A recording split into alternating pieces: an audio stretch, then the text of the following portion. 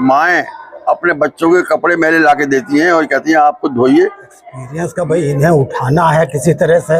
अच्छा। वरना गाली गलौज ये क्या बनेंगे जाके। यहाँ बच्चों की तालीम का एक कुछ सेंस पैदा हुआ है। जी, बस ये हमारा ये बहुत बड़ा अचीवमेंट है। यहाँ के लोगों को ये शऊर ही नहीं है कि जिंदगी में तालीम की क्या अहमियत है।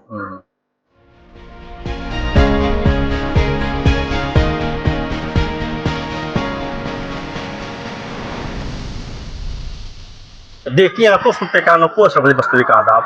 मैं इस वक्त अलीगढ़ में हूँ और अलीगढ़ में एक ऐसे इलाके में आया हुआ हूँ जो यूनिवर्सिटी से महज 3.5 किलोमीटर की दूरी पर है, लेकिन तालीम की कोई रोशनी नज़र नहीं आती। यहाँ पर कुछ लोग तालीम की शमा को रोशन करने के लिए काम कर रहे हैं। ये वो लोग हैं जो अपनी अपनी ज़िंदगियों में बहुत ही अहम ओहदों पर रहे हैं, सरकारी नौकरियों में रहे हैं, अब रिटायर हो चुके हैं।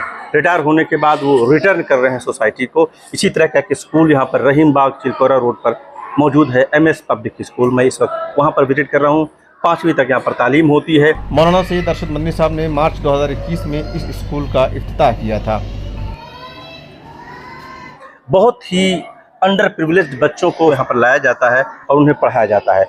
क्या मुश्किलात दरपेश आ रही हैं इन लोगों के सामने, किस तरह से आगे बढ़ रहे हैं, 2014 से लेकर के 2024 तक का इनका सफ़र क्या अब तक रहा है, ये तमाम चीज़ों पर मैं इस पूरी टीम से चर्चा करूंगा और ये जानने की कोशिश करूंगा कि महज 3.5 किलोमीटर की दूरी पर चिराग तले अंधेरा कैसे पेश आया। सबसे पहले मैं मशकूर साहब मुझे बताइए कि MS पब्लिक स्कूल कायम करने का ख्याल कब और कैसे आया? जब मैं नौकरी में था उसी वक्त जहन में ही रहता था कि रिटायरमेंट के बाद हम कुछ लोग ऐसा काम करेंगे जिसमें हम अपनी कौम को, बिरादरी को कुछ खिदमत कर सकें और जो इतनी ज़्यादा इलिटरेसी है उसको दूर करने में मदद करें।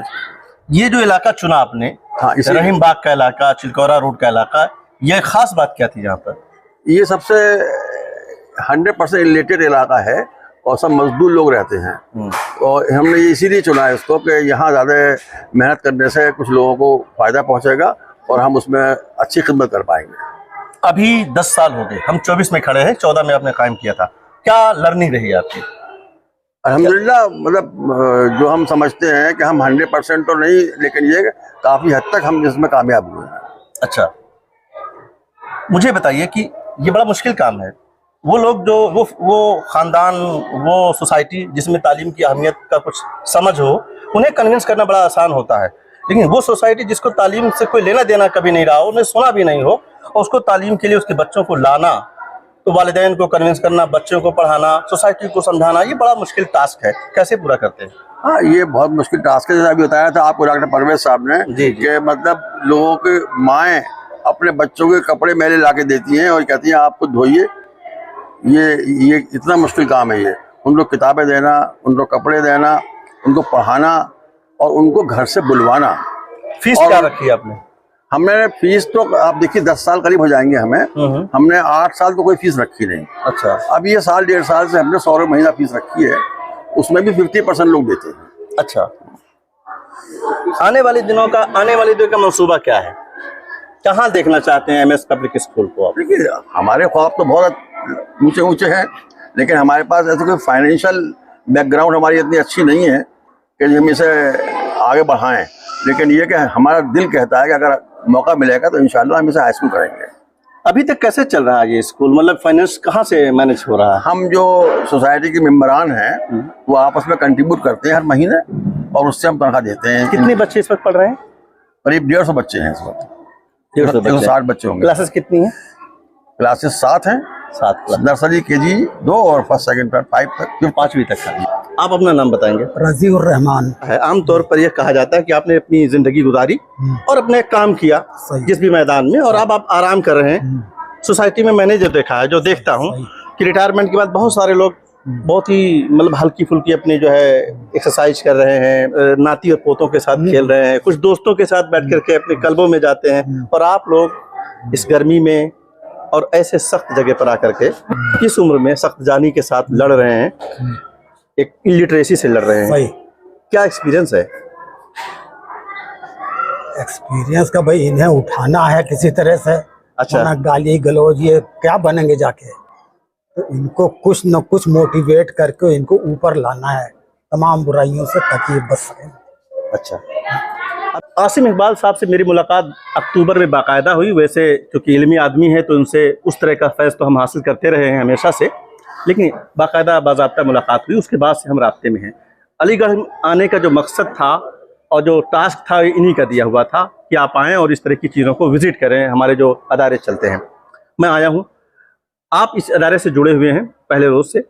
मुझे बताइए कि इस तरह की जो कोशिशें हैं, इनका जो नतीजा है, दुनिया में एजुकेशन की जो कोशिशें होती हैं उसको हर आदमी पैमाने से नापता है कि आपने इतने बच्चे पढ़ा रहे हैं, ये नतीजे आ रहे हैं, उसका आउटकम क्या हुआ। आपसे भी सवाल होता होगा कि आउटकम इसका क्या है, क्योंकि आप लोगों की सिचुएशन अलग है, तो इसका आउटकम क्या बताएंगे आप जब कभी पूछा जाए? देखिए, हम ये जहन में ये कोई मंसूबा रखकर नहीं चलते कि साहब हम इसका बहुत बड़ा कोई हमें आउटकम मिलेगा, क्योंकि हमें मालूम है कि हम जिस माहौल में यहाँ पर काम कर रहे हैं वो है कि जहाँ पर तालीम के एजुकेशन की ई से भी कोई वाकिफ़ नहीं, और इनके लिए तालीम तो एक नई चीज़ है कि साहब ये क्या होता है। वो तो ये चाहते हैं कि साहब उनका बच्चा जो है मजदूरी पे जाए, 50 रुपये रोज लाए, जी। वो पढ़ने के लिए क्यों भेजते हैं। जी। लेकिन हमने किस तरीके से अल्हम्दुलिल्लाह मेहनत करके 5-7 साल में हम यहाँ तक तो आ गए कि उनके यहाँ बच्चों की तालीम का एक कुछ सेंस पैदा हुआ है। जी। बस ये हमारा ये बहुत बड़ा अचीवमेंट है। मेरे साथ मोहम्मद परवेज साहब हैं जो एमयू में प्रोफेसर हैं, एजुकेशन डिपार्टमेंट में आप प्रोफेसर हैं और इस मिशन से जुड़े हुए हैं। आपको यूनिवर्सिटी में प्रोफेसर हैं, निकलते हैं, पढ़े पढ़ाए बच्चे मिलते हैं, उन्हें पढ़ाना आसान होता है, और इनको तो वालिदैन को भी पढ़ाना है, बच्चों को भी पढ़ाना है, सोसाइटी को भी पढ़ाना है। देखिए, जहाँ तक प्रोफेसर होने का सवाल है, मैं एक सिंपल सा एक शहरी हूँ यहाँ का। अच्छा। और मेरे इस नाचीज से अगर एक कदम भी कोई बच्चा चल के पढ़ ले तो मैं समझता हूँ कि वो भी एक कामयाबी है। बेशक। और इसमें सही मानो में मेन क्रेडिट जाता है मशकूर साहब को। जी। मशकूर भाई ने बहुत मेहनत करी है और शुरू से एक बहुत छोटे से कमरे में ये स्कूल शुरू किया था। यहाँ की जो मैं समझता हूँ 2 बातें बड़ी वो सीरियस हैं जी। एक ये कि जाहिर है जिस इलाके में ये स्कूल है, यहाँ अगर मैं कहूँ कि जैसे वो कहते हैं कि चिराग तेल अंधेरा है, यूनिवर्सिटी के इतना करीब है। जी बिल्कुल। और यहाँ पर एक वजह ये भी है कि माशी तौर पर ये लोग बहुत कमजोर हैं। यहाँ हम ये महसूस करते हैं कि अगर आप 15 दिन की स्कूल की छुट्टी कर दी है, जो मैंने आपसे अभी शायद अर्ज किया था, तो बच्चे को काम पर भेजना ज्यादा पसंद करते हैं। होटल पे भेज देंगे, बर्तन धोने पे भेज देंगे, साइकिल को सही कराने या जी काम पे भेज देते हैं। तो वो अब जब स्कूल खुलता है तो उनको ये लगता है कि मेरा बच्चा 10-20 रुपए 50 रुपए जो ला रहा था वो स्कूल चला जाएगा तो वो क्या लाएगा। तो वो इस 20-50 रुपए और 100 रुपए की वजह से स्कूल की तालीम को वो करते हैं। इसका मतलब तो बुनियादी बात यह है कि उनमें इतना शऊर पैदा हो जाए। जो आसिम साहब हैं या शाकिर या मशकूर भाई हैं, सब लोग कोशिश करते हैं, वक्तन फवक्तन हम लोग मोहल्ले में राउंड भी लेते हैं, जहाँ इनसे मुलाकात होती है उन लोगों से भी कन्विंस करते हैं कि बच्चों को भेजिए, तालीम की अहमियत को समझिए। तो देखिए कई बरस से, जैसे अभी आसिम भाई ने भी जिक्र किया, यहाँ कोशिश जारी है और अल्लाह से दुआ करते हैं कि खुदा करे हम आगे जाके कुछ और कामयाब हों।